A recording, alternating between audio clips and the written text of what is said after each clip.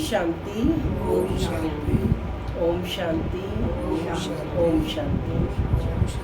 आज 11 जून 2025 प्रातः मुरली ओम शांति बाप दादा मधुबन। आज मीठी मधुर मुरली में बाबा ने कई बातें स्पष्ट की हैं। एक तो कि बेहद की पवित्रता और हद की पवित्रता क्या है। तो हद की पवित्रता तो उससे ब्रह्मचर्य का पालन करना, लेकिन बाबा ने कहा बेहद की पवित्रता माना मन वचन कर्म तन मन धन सभी चीज़ों में पवित्रता। कभी भी कोई अपवित्र संकल्प न आए। साथ ही बाबा ने कहा बेहद की पवित्रता यानी एक बाप के सिवाय और कोई याद न आए, माने कोई अन्य संकल्प भी ना उठे। साथ ही बाबा ने ज्ञानी और अज्ञानी कौन है उसकी भी समझ आज मुरली में बाबा ने दी है। ज्ञानी कौन है? जिन्होंने अपनी आत्मा को जान लिया है, पहचान लिया है और जान मान करके फिर चल रहे हैं, उस अनुरूप जीवन जी रहे हैं, है ना। तो बाबा ने साथ ही स्वर्ग में जाने का पासपोर्ट भी आज बाबा दे रहे हैं। तो वहाँ जाने के लिए अपने पुराने विकर्मों के खाते को खत्म करना है। और बाबा कह रहे हैं कि तुम बच्ची ही क्या हो, चैतन्य लाइट हाउस है, तुम्हें औरों को भी रास्ता दिखाना है। लाइट हाउस दूर तक अपना प्रकाश देता है। तो बाबा ने कहा कि चैतन्य लाइट हाउस बनकर पूरे विश्व को प्रकाश दो, सबको रास्ता बताओ। कहाँ का रास्ता? सुख धाम का। बाबा ने कहा कि तुम्हारी एक आँख में परम धाम हो, है ना, और दूसरी आँख में सुख धाम, यानी एक आँख में शांति धाम और दूसरी आँख में सुख धाम और दुख धाम को भूल जाना है। सुनते हैं आज के डायरेक्ट ईश्वरीय महावाक्य। ओम शांति। बाबा कहते मीठे बच्चे, अभी तुम्हें बेहद की पवित्रता को धारण करना है। अभी तुम्हें बेहद की पवित्रता को धारण करना है। बेहद की पवित्रता अर्थात एक बाप के सिवाय और कोई याद ना आए। आज की मुरली से प्रश्न है, बाप से वर्षा लेने के पहले का पुरुषार्थ और उसके बाद की स्थिति में क्या अंतर होता है? दोनों बातें समझते हैं। बाप से वर्षा लेने के पहले का पुरुषार्थ और उसके बाद की स्थिति में क्या अंतर होता है? विचार करो, क्या अंतर होता है? क्या करना होता है?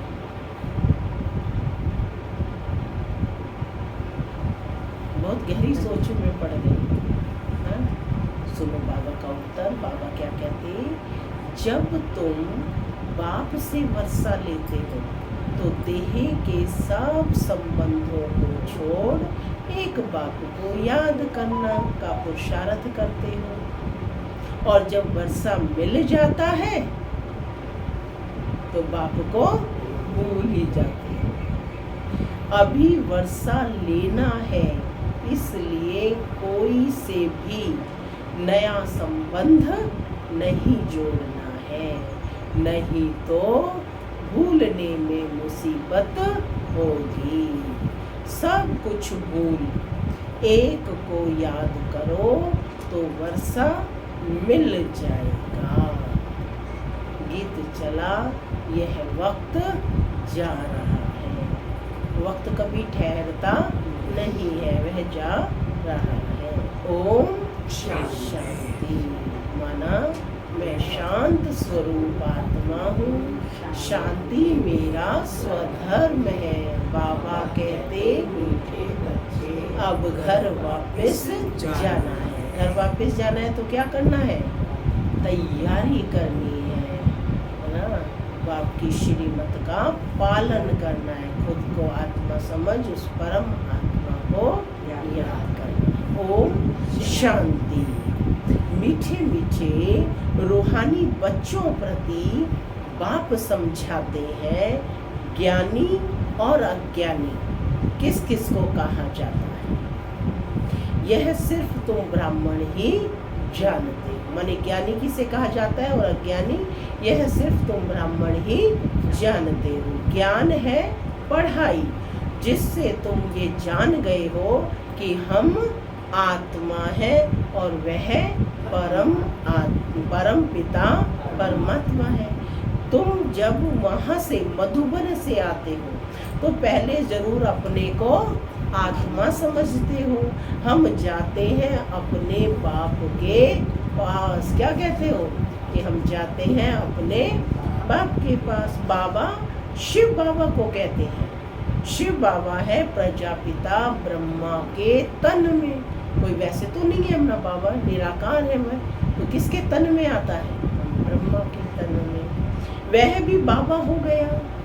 तुम घर से निकलते हो तो समझते हो कि हम कहाँ जा रहे हैं, बाप दादा के पास जाते हैं। जैसे ही मुरली सुनने के लिए घर से निकलते हैं तो क्या कहते हैं, कहाँ जा रहे हैं हम, बाप दादा के पास जाते हैं। तुम चिट्ठी में भी लिखते हो बाप दादा शिव बाबा ब्रह्मा दादा, हम बाबा के पास जाते हैं, बाबा कल्प कल्प हमसे मिलते हैं, बाबा हमको बेहद का वर्षा देते हैं, बेहद पवित्र बनाए। कब देती है वर्षा, बेहद पवित्र बनाए ना, कि पवित्रता में हद और बेहद है। तुम पुरुषार्थ करते हो बेहद पवित्र सतो प्रधान बनने के लिए। नंबरवार तो होते ही हैं, बेहद पवित्र अर्थात सिवाय एक बेहद के बाप के और कोई भी याद ना आए। वह बाबा बहुत मीठा है, ऊंच से ऊंच भगवान है और बेहद का बाप है, सभी का बाप है, तुम बच्चों ने ही पहचाना है। बाप तो वो सबका है, लेकिन उसको पहचाना किसने है, बच्चों ने पहचाना है। बेहद का बाप सदैव भारत में ही आते हैं, आकर बेहद का संन्यास कराते हैं, हद का नहीं बेहद का संन्यास कराते हैं। संन्यास भी मुख्य है ना, जिसको वैराग्य कहा जाता है। बाप सारी पुरानी छीछी दुनिया से वैराग्य दिलाते हैं। क्या कहते, पुराना स्वभाव, पुराना संस्कार, पुराने संबंध संपर्क, सब से इस पुरानी दुनिया, पुरानी देह, सब से वैराग्य है ना, नए संबंध से रहना है। तो बच्चे इनसे बुद्धि का योग हटा दो। क्या कहा बाबा ने, बच्चे इनसे बुद्धि का योग हटा दो। इनका नाम है ही नर्क दुख धाम। इस दुनिया का नाम क्या है, नर्क दुख धाम। खुद भी कहते रहते हैं, कोई मरते हैं तो कहते हैं स्वर्गवासी हुआ, तो नर्क में था ना। अभी तुम बच्चे समझते हो यह जो कहते हैं वह भी रॉन्ग है। बाप राइट बात बताते हैं, स्वर्गवासी बनने के लिए अभी ही पुरुषार्थ करना होता है। स्वर्गवासी बनने के लिए भी सिवाय बाप के और कोई पुरुषार्थ करा ना सके। तुम अभी पुरुषार्थ कर रहे हो 21 जन्मों के लिए स्वर्गवासी बने। बनाने वाला है बाप, उनको कहा ही जाता है हेवनली गॉड फादर। खुद आकर कहते हैं, बच्चों हम पहले तुमको शांति धाम ले जाऊंगा। पहले बाबा कहाँ ले जाएगा, शांति धाम, और फिर सुख धाम। मालिक है ना, बाप कौन है, मालिक है ना, शांति धाम जाकर फिर आएंगे सुख धाम में पाठ बजाने। हम शांति धाम जाएंगे तो सब धर्म वाले शांति धाम जाएंगे। क्या कहा? हम नहीं जाएंगे तो बाकी क्यों जाएंगे? कहेंगे खुद तो जान ही रहे, हमें भेज रहे हैं। इसलिए पहले बाबा कहते बच्चे पहले शांति धाम अपने घर जाएंगे। इसलिए क्या कहा जाता है, कोई भी काम पहले अपने घर से आरंभ करो। घर का महत्व ही इसीलिए जहाँ सब है। तो हम सब जाएंगे शांति धाम। तो हम शांति धाम जाएंगे तो सब धर्म वाले शांति धाम जाएंगे। बुद्धि में ये सारा ड्रामा का चक्र रखना है।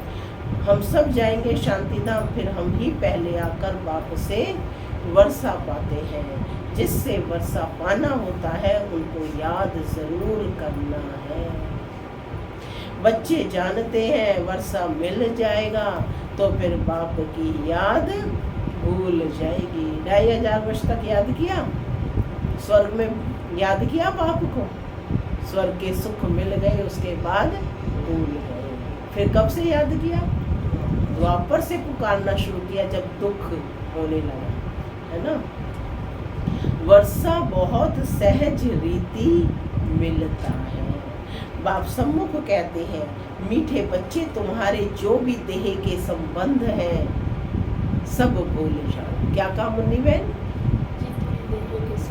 हाँ, जो भी तुम्हारे देह के संबंध हैं सब भूल जाओ। अभी कोई भी नया संबंध नहीं जोड़ना है। अगर कोई भी नया संबंध जोड़ेंगे तो फिर उनको भूलना पड़ेगा। समझो बच्चा व बच्ची पैदा हुए तो वह भी मुसीबत हुई, एक्स्ट्रा याद बढ़ी ना। बाप कहते हैं सबको भूल एक को ही याद करना है। वही हमारा माता पिता, टीचर, गुरु आदि सब कुछ है। एक बाप के बच्चे हम भाई बहन हैं। एक बाप के बच्चे हम भाई बहन हैं। चाचा मामा आदि कोई संबंध नहीं है। यह एक ही समय है जबकि भाई बहन के संबंध ही रहता है। हर एक के प्रति क्या दृष्टि है? भाई, आत्मिक बहन, है ना। ब्रह्मा के बच्चे शिव बाबा के बच्चे भी हैं, तो पोत्रे पोत्रियां भी हैं। यह तो पक्का बुद्धि में याद आता है ना। नंबरवार पुरुषार्थ अनुसार स्वदर्शन चक्रधारी तुम बच्चे चलते फिरते बनते हो। तुम बच्चे इस समय चैतन्य लाइट हाउस हो। कौन हो? लाइट हाउस, चैतन्य लाइट हाउस। अभ्यास करना है इसका दिन भर। मैं आत्मा चैतन्य लाइट हाउस हूँ। तुम्हारी एक आंख में मुक्ति धाम और दूसरी आंख में जीवन मुक्ति धाम। वह लाइट हाउस जड़ होते हैं और तुम हो चैतन्य। तुम्हें ज्ञान का नेत्र मिला है। तुम ज्ञानवान बन सबको रास्ता दिखाते। कोई यहाँ लाइट नहीं है। लाइट का मतलब है कि तुम्हें समझ मिल गई है तो इसलिए दूसरों को भी रास्ता बताते हो। बाप भी तुम्हें पढ़ा रही हैं। तुम जानते हो यह दुख धाम है। हम अभी संगम पर हैं, बाकी सारी दुनिया कलयुग में है। संगम पर बाप बच्चों के साथ बैठ बात करते हैं और बच्चे भी यहाँ आते हैं। कोई लिखते हैं बाबा फलाने को ले आवे, अच्छा है गुण उठाएगा, शायद तीर लग जाए। तो बाबा को भी रहम पड़ता है, हो सकता है कल्याण हो जाए। तुम बच्चे जानते हो यह है पुरुषोत्तम संगम। इस समय ही तुम पुरुषोत्तम बनते हो। कलयुग में है सब कनिष्ठ पुरुष, तो जो उत्तम पुरुष लक्ष्मी नारायण को नमन करते हैं। सतयुग में कोई किसको नमन नहीं करते हैं। यहाँ की सब बातें वहाँ होती नहीं है। यह भी बाप समझाते हैं कि कोई भी किसको नमन नहीं करते। यहाँ की सब बातें वहाँ होती नहीं। यह भी बाप समझाते अच्छी रीति बाप की याद में रहे, सर्विस करेंगे तो आगे चल तुमको साक्षात्कार भी होते रहेंगे। तुम कोई की भी भक्ति आदि नहीं करते हो, तुमको बाप सिर्फ पढ़ाते हैं। अब वो भक्ति तो छूट ही गई है ना, क्योंकि उससे प्राप्ति तो कुछ होनी नहीं। अब तो बाप ने ज्ञान की समझ ली। तो बाबा कह रहे हैं कि तुम कोई की भी भक्ति आदि नहीं करते हो, तुमको बाप सिर्फ पढ़ाते हैं, सिर्फ पढ़ाई है। जैसे पढ़ाई से बैरिस्टर, टीचर, वैज्ञानिक, डॉक्टर आदि बनते हैं, ऐसे ही पढ़ाई से मनुष्य से देवता बनते हैं। तो ये रियलिटी पता चली तो फिर वो भक्ति छूट जाती है और पढ़ाई पर फोकस हो जाता है, क्योंकि अब हमें बनना है, सिर्फ आरती उतारते रहना नहीं है, पूज्य बनना है।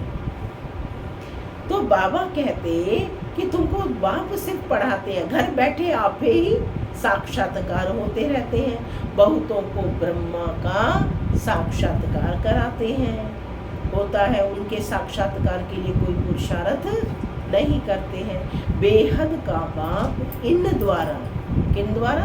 ब्रह्मा द्वारा साक्षात्कार होता है।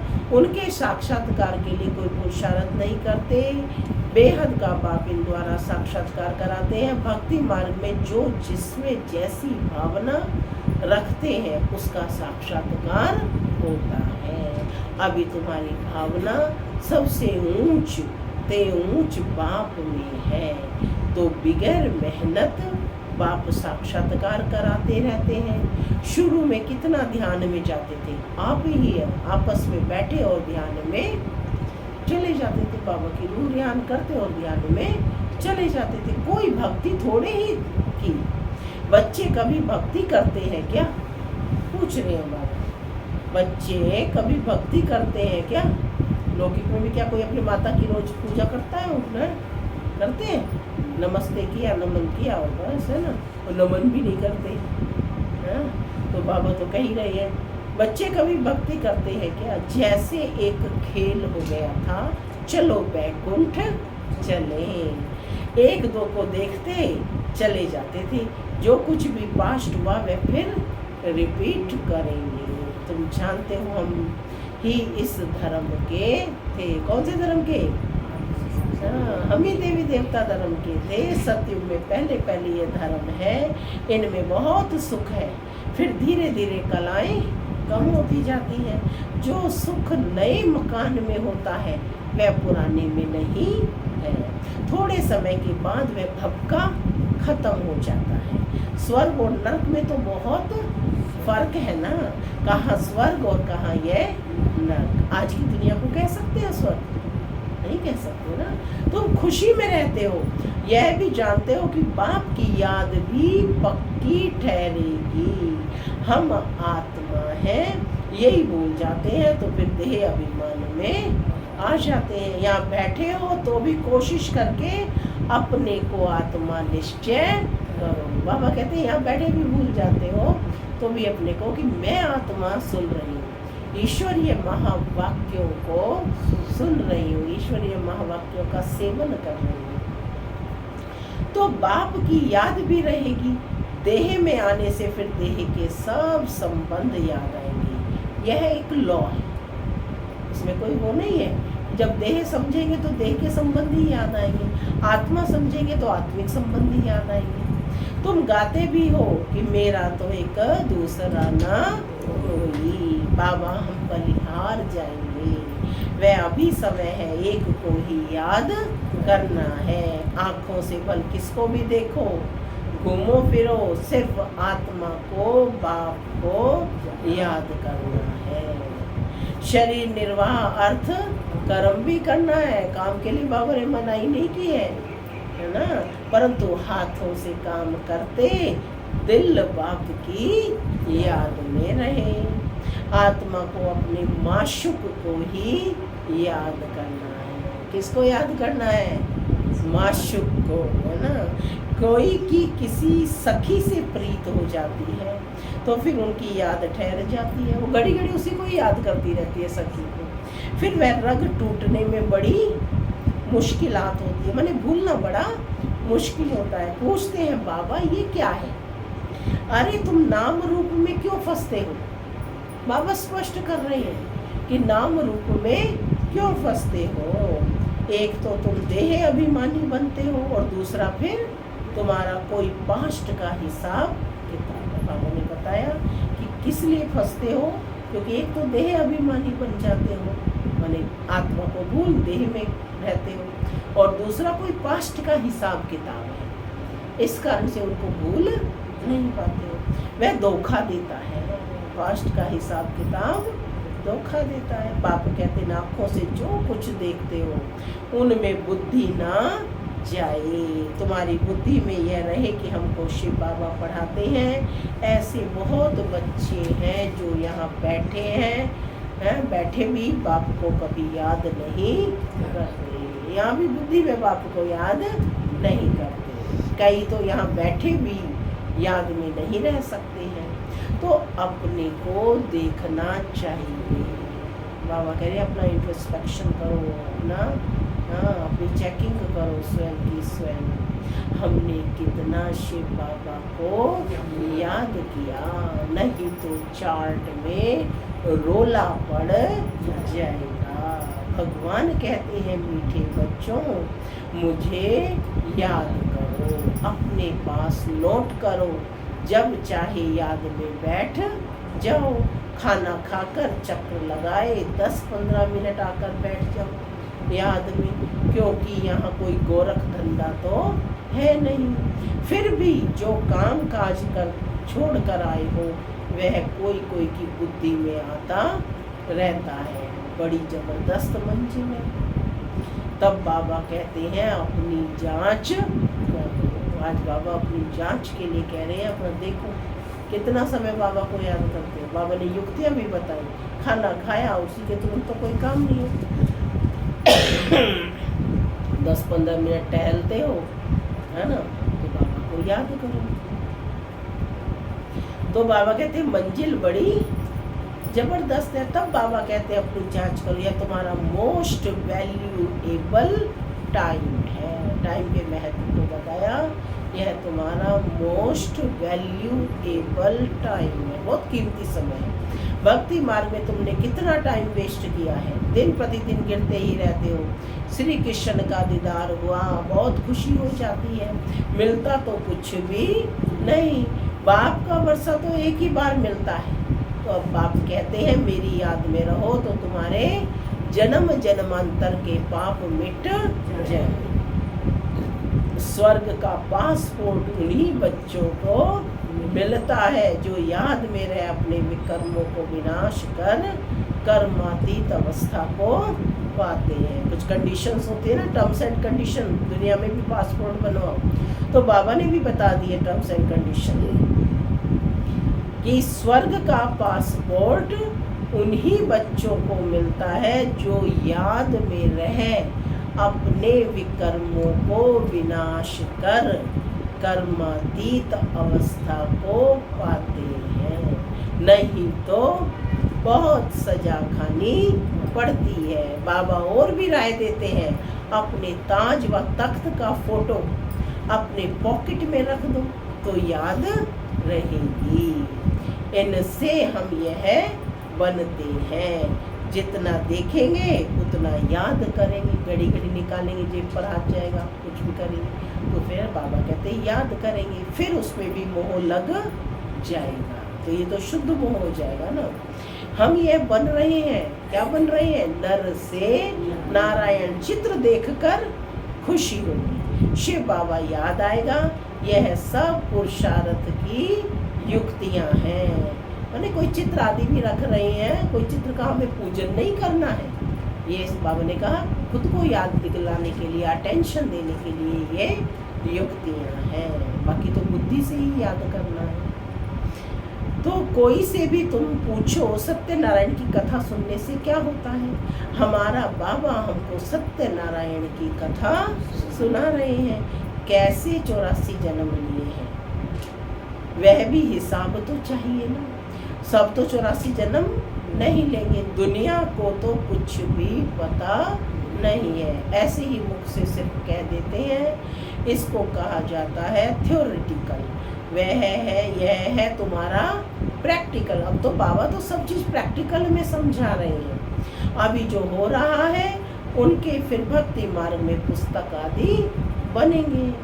तुम स्वदर्शन चक्रधारी बन विष्णुपुरी में आते हो। क्या बनकर कहाँ आते हो? क्या बनकर?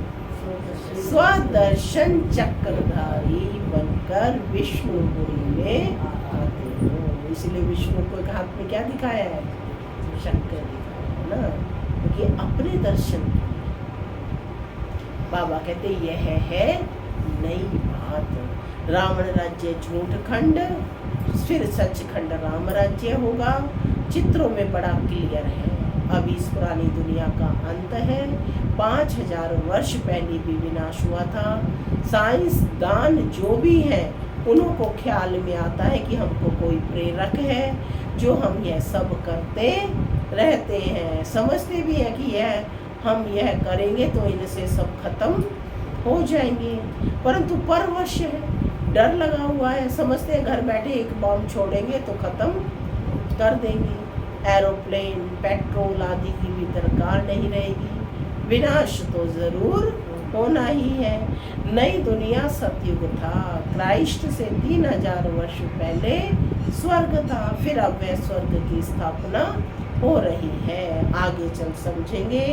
तुम जानते हो स्थापना जरूर होनी है, इसमें तो पाई का भी संशय नहीं। या संशय है? क्योंकि ये किसी मनुष्य या देहधारी का कार्य तो नहीं है, ये तो भगवान का कार्य है। 100% निश्चय सर्टेन है, होना ही है। ये ड्रामा चलता रहता है। कल्प पहले मौके ड्रामा जरूर पुरुषार्थ कराएगा। ऐसे ही नहीं जो ड्रामा में होगा सो होगा, ऐसे नहीं होगा। पुरुषार्थ मेहनत तो करना होगा। मुरली सुनने के लिए आना पड़ेगा ना। तो पूछते हैं पुरुषार्थ बढ़ा या प्रारब्ध बढ़ी? पुरुषार्थ बढ़ा, क्योंकि पुरुषार्थ की ही प्रारब्ध बनेगी। पुरुषार्थ बगैर कभी कोई रह ना सके। तुम पुरुषार्थ कर रहे हो ना। कहाँ कहाँ से बच्चे आते हैं, पुरुषार्थ करते हैं, कहते हैं बाबा हम भूल जाते हैं। अरे शिव बाबा तुमको कहते हैं मुझे याद करो। किसको कहा? किसको कहा? मुझ आत्मा को कहा, और मैं आत्मा भूल जाती हूँ। है ना कितनी वंडरफुल बात, आश्चर्य है ना।